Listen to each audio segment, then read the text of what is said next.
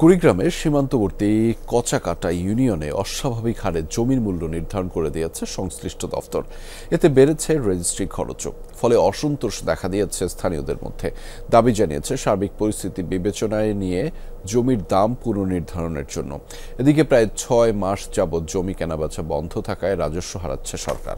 প্রাণ সসের মাখামাখি টেস্ট নুডলসকে করে তোলে আরো ইয়ামি আরো জোস। প্রাণ সসের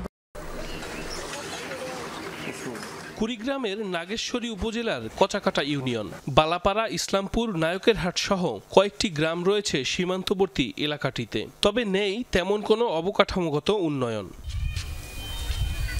কৃষি নির্ভরশীল এই অঞ্চলে অন্য কোনো কাজ নেই তেমন একটা। তাই রাজধানী সহ দেশের বিভিন্ন অঞ্চলে গিয়ে কাজ করে জীবিকা নির্বাহ করেন এখানকার মানুষ।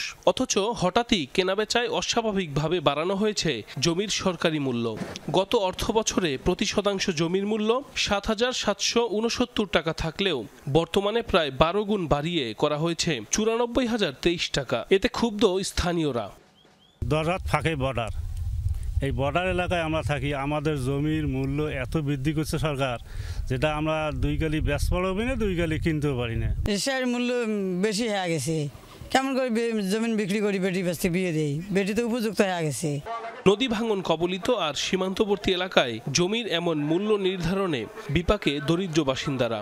সরকারি মূল্য পুনরায় নির্ধারণের দাবিতে মানববন্ধন সহ পালন করেছে বিক্ষোভ কর্মসূচি। এখানে তো অবকাঠামোর কোনো উন্নয়ন হয় নাই, ওই রকম কলকারখানাও নেই। দেখা যাচ্ছে যে এলাকার লোকজন জমি বিক্রি করতে পারতেছে না, কিনতেও পারতেছে না। প্রায় ৫-৬ মাস থেকে জমি রেজিস্ট্রি টোটালি বন্ধ, কেউ রেজিস্ট্রি করতে পারতেছে না। এই রেজিস্ট্রি খরচ অস্বাভাবিক বৃদ্ধির কারণে অনতিবিলম্বে এই মূল্য প্রত্যাহার না করা হলে আমরা এর চেয়ে কঠিন আন্দোলন করে তুলে সাব রেজিস্ট্রি অফিস তাকে চুরি ঘেরাও করবো ইনশাল্লাহ। জেলার কয়েকটি উপজেলায় জমির এমন অস্বাভাবিক মূল্য নির্ধারণের অভিযোগ রয়েছে বলে জানান সাব রেজিস্ট্রার কর্মকর্তা। নির্দিষ্ট কমিটির সাথে আলোচনার পর সংশ্লিষ্ট দফতরে যথাযথ দাম নির্ধারণের আবেদন দেওয়া হবে বলেও জানান তিনি। প্রতি উপজেলার জন্য একটা বাজার মূল্য নির্ধারণ কমিটি আছে, সেই কমিটির কাছে উপস্থাপন করা হবে।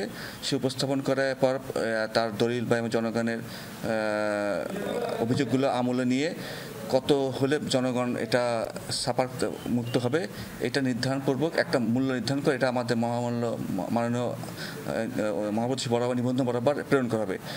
অবস্থান বিবেচনায় জমির মূল্য পুনরায় নির্ধারণ হবে, এমনটাই প্রত্যাশা ভুক্তভোগীদের। সাইফ আহমেদ, যমুনা নিউজ।